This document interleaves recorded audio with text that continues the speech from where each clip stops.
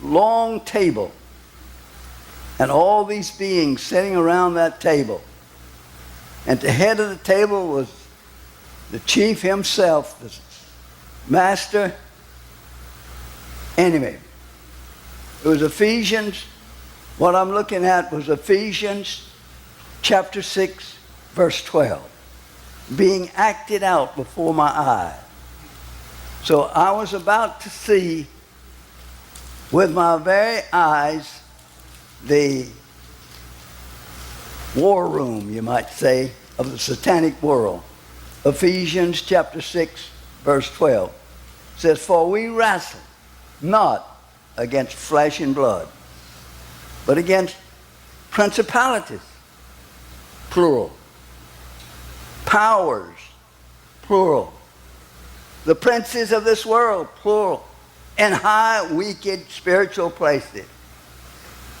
What it's talking about is a menagerie of enemies in the spiritual world that's orchestrating a plan to kill you. They're murderers. They're liars. They're thieves.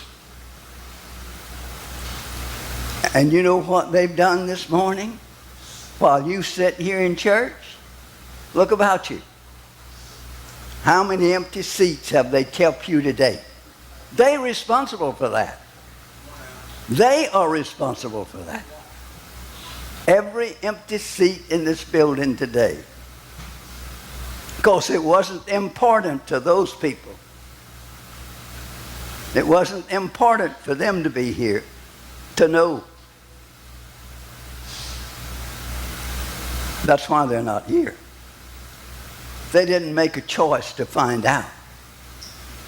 But they will give an account of that failure. They will give an account.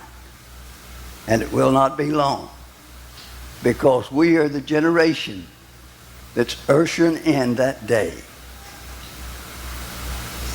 It's not too far away. I don't know the day and hour. I just know the time we're in. And I know we are. Ephesians chapter 6 verse 12 talks about the satanic demonic kingdom where the warfare plans are literally drawn up against the saints of God. Their plan against you is, attack plan is orchestrated. It's done by design. How they do that, these are the princes of the satanic realm. Prince is in charge of principality. The word used there is principality. A principality is a single territory. For instance, we will create a principality here, hypothetically. And most likely it's not only hypothetically, it's probably real. This fellowship is a single principality. In that case, it would have a single prince in charge of it. He's not down here. He's sitting up there in the spiritual realm by that command table. But what he does is, it is his duty to author a plan against you as an individual. In order to do that, he has to know your weakness or perceived weaknesses. And therefore, he has to assign to you a personal spirit that becomes your life companion. And you're never without him. Even today, he goes to church every time you do. He's with you constantly. And he knows more, or it knows more about you than your spouse will ever know. You have no secrets. None whatsoever. I was traveling out of Canada not long ago, and they put me in one of the machines where they took my picture.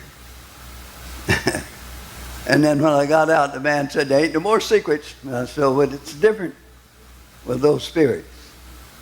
They know every secret that you got, even more than your spouse." And that information goes back to that prince when they search you, they may not know all of your weaknesses, but they know your perceived weaknesses based on what you do, what you say, where you go, and what you like. They know what they think will tempt you and what may not tempt you. What may tempt you may not tempt the next person. One that tempts him may not tempt the other. So I saw this thing at work. And I was amazed at that plan, how long it took them to put it in place. Now, Revelation tells us in chapter 12,